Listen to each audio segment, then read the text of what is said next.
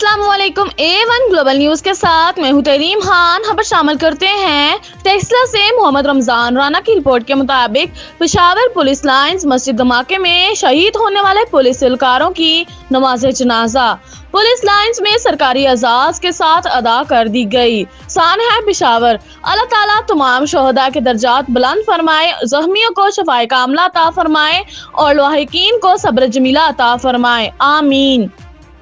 A1 global news के साथ फिलहाल इतना ही। मजीद न्यूज और अपडेट्स के लिए देखते रहें A1 ग्लोबल टीवी।